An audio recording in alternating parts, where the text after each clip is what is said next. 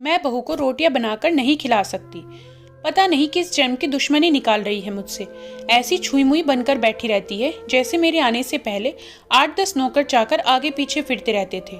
थोड़ा बहुत हाथ पैर हिलाने से कौन सा शरीर घिस जाएगा इनका। सब कुछ मेरे भरोसे छोड़कर बैठ जाएंगी।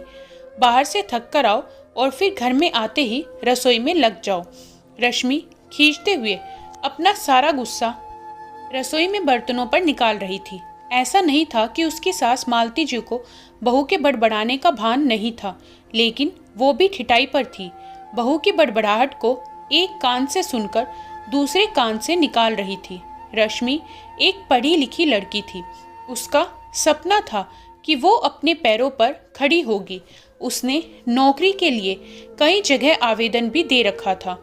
इस बीच जब उसके लिए राहुल का रिश्ता आया तो उसने साफ साफ कह दिया कि वो शादी इसी शर्त पर करेगी कि शादी के बाद उसे अच्छी नौकरी मिली तो कोई उसे नौकरी करने से नहीं रोकेगा। आखिर इतना पढ़ने लिखने के बाद वो घर पर नहीं बैठ सकती। राहुल और उसके घर वालों को इस बात से कोई आपत्ति नहीं थी कि उनकी बहू नौकरी करेगी, इसलिए दोनों तरफ से खुशी खुशी ये रिश्ता हो गया। शादी के कुछ दिनों बाद ही रश्मि का ज्वाइनिंग लेटर आ गया। जिस दिन रश्मि ने अपने ससुराल वालों से कहा था कि वो अब नौकरी करेगी, तो उसकी सास मालती जी ने सारे परिवार के सामने कह दिया था, बहू नौकरी करे इससे मुझे कोई आपत्ति नहीं है। मैं ये भी नहीं कहूँगी कि वो पहले सारे घर का काम करे फिर नौकरी पर जाए, लेकिन मैं भी अब पहले की तरह पूरा घर नहीं संभाल सकती। मुझे सब कुछ मंजूर है, लेकिन मुझसे ये उम्मीद मत करना कि मैं बहू को रोटियां बनाकर खिलाऊंगी। मुझे पता है कि अगर मैं एक बार इस भंवर में फंस गई तो जिंदगी भर नहीं निकल पाऊंगी। उस वक्त सबको मालती जी की बातें सुनकर हैरानी तो हुई थी। उनके पति ने तो ये भी कहा कि मुझे नहीं पता था कि मेरी सीधी सरल पत्नी भी सास बनते ही अपना रूप बदल लेगी। लेकिन इन सब बातों का मालती जी पर कोई असर नहीं हुआ। वो तो अपनी जिद पर अड़ी थी। खैर, रश्मि को तो नौकरी करनी ही थी, क्योंकि घर के थोड़े से काम के लिए वो अपनी इतनी अच्छी नौकरी तो नहीं छोड़ सकती थी। वहीं उसके पति और ससुर जी ने भी नौकरी की इजाजत दे दी थी, तो वो फिर कहाँ रुकने वाली थी। इस समस्या का ये हल निकाला गया कि घर के कामों के लिए एक काम वाली और खाना बनाने के लिए कुक रख ली गई। खाना बनाने वाली सुबह और शाम का खाना बनाकर चली जाती। रश्मि का काम था ऑफिस से आकर बस खाना परोसना। यूं ही दिन निकल रहे थे। रश्मि की शादी को 2 साल हो चुके थे। अब तो रश्मि और बाकी सब घर वालों को इस रूटीन की आदत हो गई थी, लेकिन मुश्किल तो तब होती थी जब कभी खाना बनाने वाली छुट्टी ले लेती थी। ऐसा ही कुछ इन 2 दिनों से हो रहा था, जिस कारण से रश्मि खींची हुई थी। ऑफिस से आकर रोटियां बनाना उसे बहुत बड़ा बोझ लगता था। वैसे तो मालती जी इन दिनों में सब्जियां काटकर बना देती थी, लेकिन बहू के ऑफिस से आने के बाद रसोई में झांकती भी नहीं थी। उस समय रश्मि को अपनी बैठी हुई सास बहुत चुभती थी। वो बड़बड़ाती रहती और रोटियां बनाती रहती। बाद में अपनी माँ से फोन पर भर भर कर शिकायत करती, जिसके बाद उसे थोड़ा सा सुकून मिलता था। कुछ दिनों बाद रश्मि के भाई की शादी भी तय हो गई। रश्मि की होने वाली भाभी भी नौकरी पेशा थी। रश्मि की माँ ने सगाई के वक्त ही खुश होते हुए गर्व से कह दिया, भाई मैं तो और सासू की तरह नहीं हूँ जो बहू के आने के पर हाथ धरकर बैठ जाऊं। जब अभी तक पूरा घर संभाल रही थी तो अब क्यों नहीं। मेरी बहू को मेरी तरफ से पूरी छूट रहेगी। जब एक माँ अपने बच्चों को रोटियां बनाकर खिला सकती है तो बहू को क्यों नहीं खिला सकती।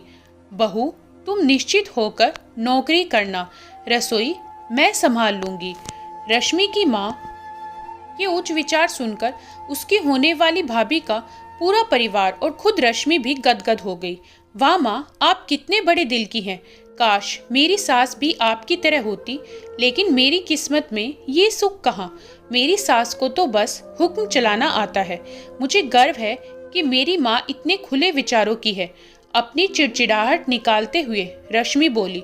कुछ दिनों में ही रश्मि के भाई की शादी हो गई और कुछ दिनों बाद ही रश्मि की भाभी ने अपनी नौकरी ज्वाइन कर ली। रश्मि की माँ भी अपनी बहू को हथेलियों पर रखती थी। सुबह उसका नाश्ता, टिफिन, फिर रात का खाना भी तैयार रखती थी। अपने हाथों से परोसकर सबको खाना खिलाती थी। उनकी बहू भी मम्मी जी करती हुई अपनी पसंद नापसंद बताती रहती थी, जिसे रश्मि की माँ बड़े चाव से पूरा करने में लगी रहती थी। खुशी खुशी दिन बीत रहे थे, लेकिन ये प्रक्रिया धीरे धीरे अब उदासीनता में बदल रही थी। रश्मि की भाभी को अब कुछ भी ना करने की आदत पड़ गई थी। एक दिन जब रश्मि फोन पर अपनी माँ से बात कर रही थी तो उसकी माँ बस रो पड़ी। बेटा, मैं इतना करती हूँ तेरी भाभी के लिए, फिर भी उसे मेरी कद्र नहीं। अरे, मेरी दी हुई छूट अब मुझ पर ही भारी पड़ने लगी है। क्या हुआ माँ, आप ऐसे क्यों बोल रही हैं? आप तो भाभी का मुझसे भी ज्यादा ध्यान रखती हैं। क्या भाभी ने आपसे कुछ कहा है? रश्मि बेचैन होते हुए पूछने लगी। कुछ क्या बेटा, अब तो सब कुछ वो मुझे ही कहती है। ऑफिस से आने के बाद एक गिलास पानी के लिए भी मुझे आवाज देती है। नाश्ते में थोड़ी देर हो जाए तो मदद करने के बजाय गुस्सा होकर यूं ही बिना खाए चली जाती है। आखिर मेरा भी कुछ आत्मसम्मान है या नहीं? मैं तो उसके लिए बस काम वाली बनकर रह गई हूँ। माँ, ये तो बहुत गलत बात है। आप भाई से साफ साफ कह क्यों नहीं देती कि अपनी बीवी की लगाम खींच कर रखे? आप माँ हैं, कोई नौकरानी नहीं। भाभी नौकरी करती है, इसका मतलब ये नहीं कि आप पर हुक्म चलाएगी। गरजते हुए रश्मि बोली। किस मुंह से कहूँ बेटा? पहले तो खुद मैंने ही आगे बढ़कर कुल्हाड़ी पर अपना पैर दे मारा, फिर शिकायत किससे करूँ? तेरे पापा ने तो कहा भी था कि बहू को ज्यादा छूट दोगी तो बाद में पछताओगी, लेकिन मैं ही बड़ाई की भूखी थी जो अपनी बहू को सर पर चढ़ा लिया।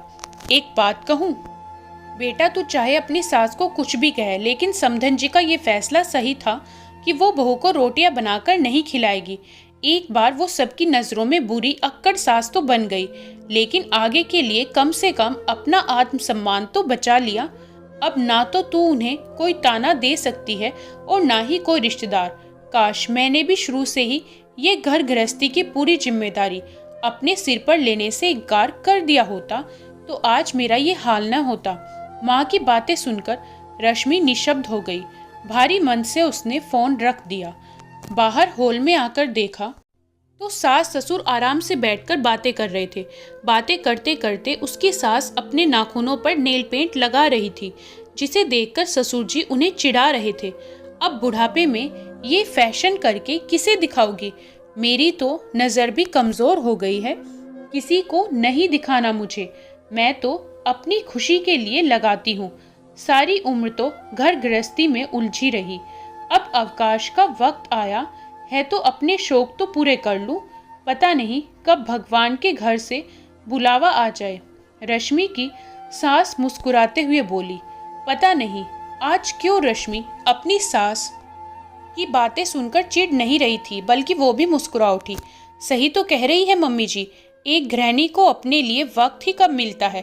पहले अपने बच्चों को पाल पोस कर बड़ा करो, फिर कामकाजी बहू आ जाए तो उसे और उसके बच्चों को संभालो। काश मेरी माँ ने भी मेरी सास की तरह पहले ही कह दिया होता कि बहू को रोटियां बनाकर नहीं खिला सकती। दोस्तों, इस कहानी के बारे में आपकी क्या राय है, हमें कमेंट करके ज़रूर बताएं। वीडियो को लाइक करें, शेयर करें और चैनल को सब्सक्राइब करना ना भूलें।